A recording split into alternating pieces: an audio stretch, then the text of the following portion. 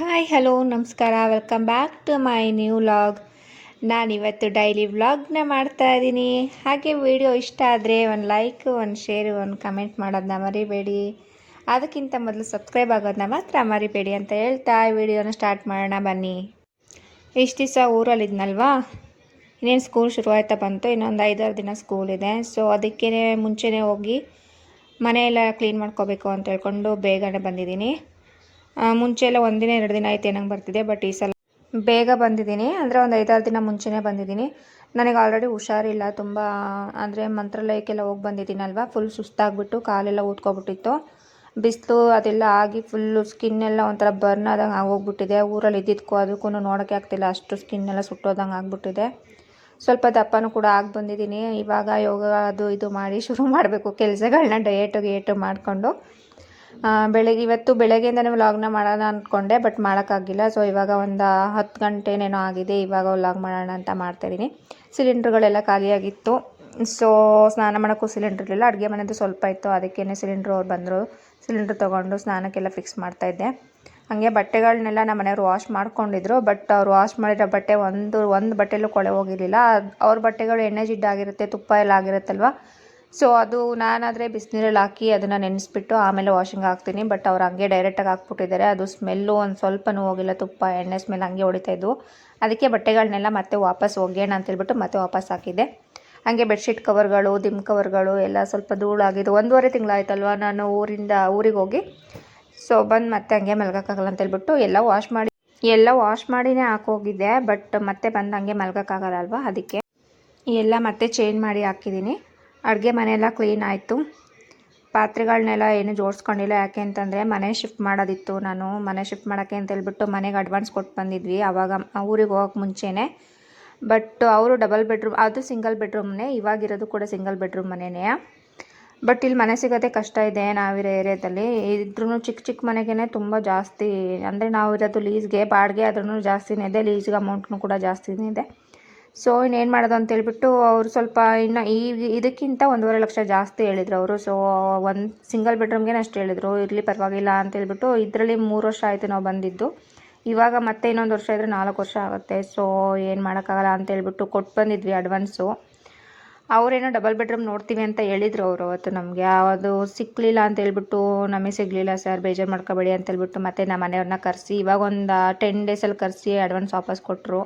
ಇತ್ಲಾಗ ಅವ್ರು ಅಲ್ಲೇ ಉಳ್ಕೊಂಡ್ರು, ನಾವು ಇಲ್ಲೇ ಉಳ್ಕೊಳ್ಳೋಂಗಾಯ್ತು. ಮುಂಚೆನೇ ಹೇಳಿದರೆ ನಾವು ಬೇರೆ ಮನೆ ಮಾಡ್ಕೊಬೋದಾಗಿತ್ತು. ನಾನು ಇನ್ನೇನು ಬಂದ ತಕ್ಷಣ ಮನೆ ಶಿಫ್ಟ್ ಮಾಡೋದಲ್ವ ಅಂತೇಳ್ಬಿಟ್ಟು ಎಲ್ಲನೂ ಪ್ಯಾಕ್ ಮಾಡಿಟ್ಟೋಗಿದ್ದೆ. ಬಟ್ಟೆ ಪಾತ್ರೆ ಎಲ್ಲ ಫುಲ್ ಪ್ಯಾಕ್ ಮಾಡಿಟ್ಟೋಗಿದ್ದೆ, ಬೆಡ್ಶೀಟ್ಗಳು ಸಮೇತ.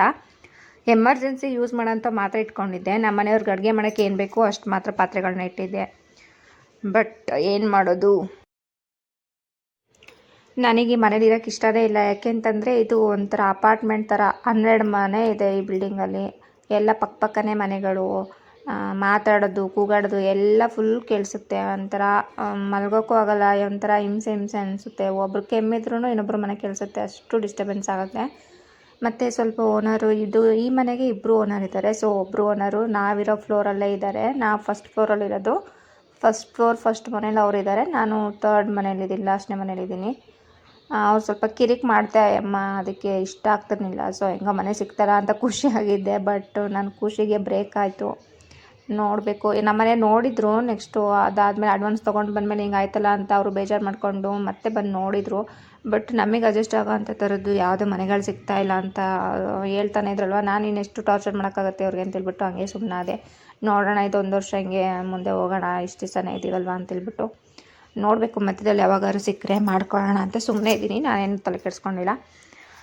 ಇವಾಗ ಮನೆಯೆಲ್ಲ ಕ್ಲೀನ್ ಮಾಡ್ತಾಯಿದ್ದೀನಿ, ಒರೆಸ್ತಾ ಇದ್ದೀನಿ. ಮಕ್ಳುಗಳು ಸ್ನಾನ ಎಲ್ಲ ಮಾಡ್ಕೊಂಡು ಕೂತವೆ. ನನಗೆ ಕೆಲಸ ಮಾಡೋಕ್ಕಾಗ್ತಾಯಿಲ್ಲ. ಬಟ್ ಗಲೀಜಾಗಿರೋದೆಲ್ಲ ನೋಡಿಕೊಂಡು ಕೂರೋಕ್ಕೂ ಆಗೋಲ್ಲ ಅಲ್ವಾ, ಮನೆಯಲ್ಲಿರೋಕ್ಕೂ ಆಗೋಲ್ಲ. ಮಕ್ಕಳು ಮರಿರೋ ಅಂಥ ಮನೆಗಳು. ನೆನ್ನೆ ಬಂದಿದ್ದು ನಾನು, ನೆನ್ನೆ ಬಂದಿದ್ದು ಒಂದು 3 ಗಂಟೆ ಏನಾಗಿತ್ತು. ಬಂದ ತಕ್ಷಣ ನನಗೆ ವಿಡಿಯೋ ಮಾಡಬೇಕಾಗಿತ್ತು. ನಮ್ಮ ಮನೆ ಹೆಂಗಿತ್ತು ಅದ್ರ ಅವತಾರ ನೀವು ನೋಡಿದ್ರೆ ಏನಂತಿದ್ರೋ ಏನೋ ಗೊತ್ತಿಲ್ಲ. ಯಾವುದೋ ಗುಜರಿ ಅಂಗಡಿ ಏನೋ ಅನ್ನೋ ಥರ ಮಾಡಾಕ್ಬಿಟ್ಟಿದ್ರು ನಮ್ಮ ಮನೆಯವರು. ಬರೀ 1.5 ತಿಂಗಳಿಗೆ ನಂಗೆ ಮಾಡಾಕ್ಬಿಟ್ಟಿದ್ರು.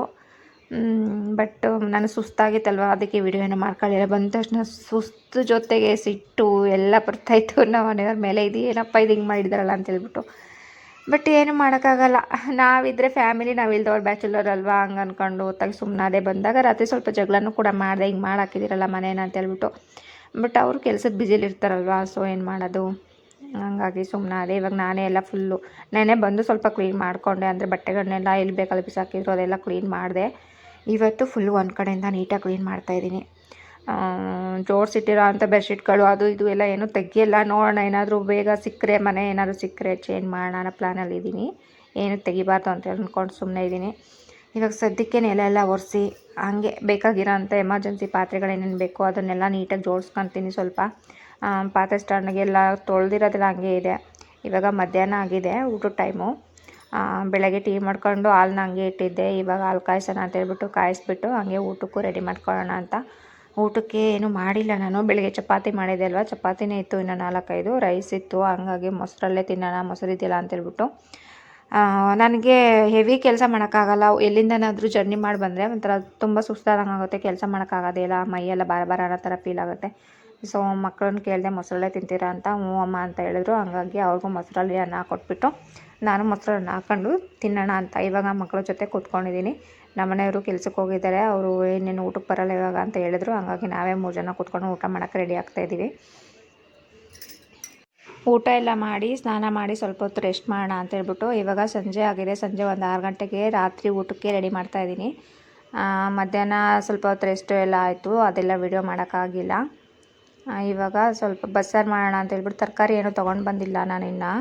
ನಮ್ಮನೆಯವ್ರು ಬಂದರೆ ತಗೋತೀನಿ ಅಂತ ಹೇಳಿದ್ರು. ಅವ್ರು ಇನ್ನೂ ಬರೋದು ಲೇಟ್ ಆಗುತ್ತೆ ಅಂತೇಳ್ಬಿಟ್ಟು ಏನಿದೆ ಅದರಲ್ಲೇ ಮಾಡೋಣ ಅಂತೇಳ್ಬಿಟ್ಟು ಮೊಳಕೆ ಕಾಳೆಲ್ಲ ಇತ್ತು, ಅದನ್ನೇ ಹಾಕಿ ಬಸ್ಸಾರು ಮಾಡೋಣ ಅಂತ ಬಸ್ಸಾರು ಮಾಡ್ತಾಯಿದ್ದೀನಿ. ಇವಾಗ ಬಸ್ಸಾರೆಲ್ಲ ಮಾಡಿಕೊಂಡು ಕಾಳೆಲ್ಲ ಉದ್ದಾಯಿತು. ಇವಾಗ ಊಟಕ್ಕೆ ಅಂತ ಕೂತ್ಕೊಂಡಿದ್ದೀನಿ. ನಮ್ಮ ಮನೆಯವ್ರು ಬಂದಿಲ್ಲೇನ, ಲೇಟ್ ಆಗುತ್ತಂತೆ ಅವ್ರು ಬರೋದು, ಊಟಕ್ಕೆ ಬರೋಲ್ಲ ಲೇಟ್ ಆಗುತ್ತೆ ಅಂತ ಹೇಳಿದ್ರು.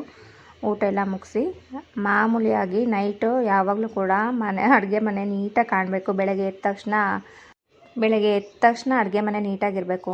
ಹಾಗಾಗಿ ರಾತ್ರಿನೇ ಪಾತ್ರೆ ಎಲ್ಲ ತೊಳೆದು ಇವತ್ತಿನ ವಿಡಿಯೋನ ಇಲ್ಲಿಗೆ ಎಂಡ್ ಮಾಡ್ತಾಯಿದ್ದೀನಿ.